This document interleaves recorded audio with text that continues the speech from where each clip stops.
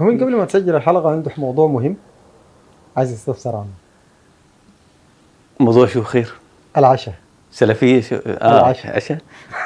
والله احنا في خفايف الحين، في متى بلاليط وفي نخلص عشان الجيمات. العشاء؟ في بلاليط وفي الجيمات نتسلى حمك وعقب. الاكل انت طبعا. مش أنا أنت. تبون الجيمات؟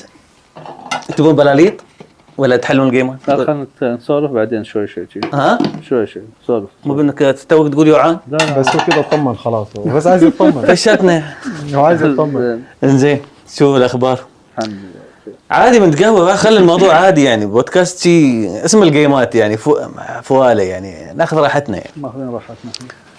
انزين كنا تكلمنا، نحب نتكلم في موضوع، اتفقنا مع بعض بنتكلم في موضوع يتعلق بالافلام الاماراتيه اللي هي شغلنا الشاغل واكثر حواراتنا احنا بين بعض نتكلم فيها يعني.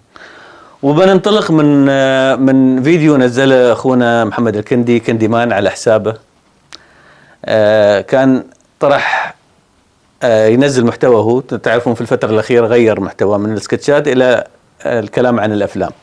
فحلقة من الحلقات شفتوها أنه كان نتكلم عن شو سبب فشل الأفلام الإماراتية، كان هذا عنوان الفيديو ماله.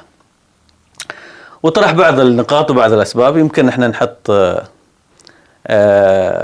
جزء من الفيديو نشوفه مع بعض، وتكلم عن سبب فشل الأفلام الإماراتية. فإحنا نبغي نطرح الموضوع اليوم للنقاش. هل الأفلام الإماراتية فاشلة فعلا أو فشلت في الفترة الأخيرة؟ وإذا هالكلام صحيح شو الأسباب؟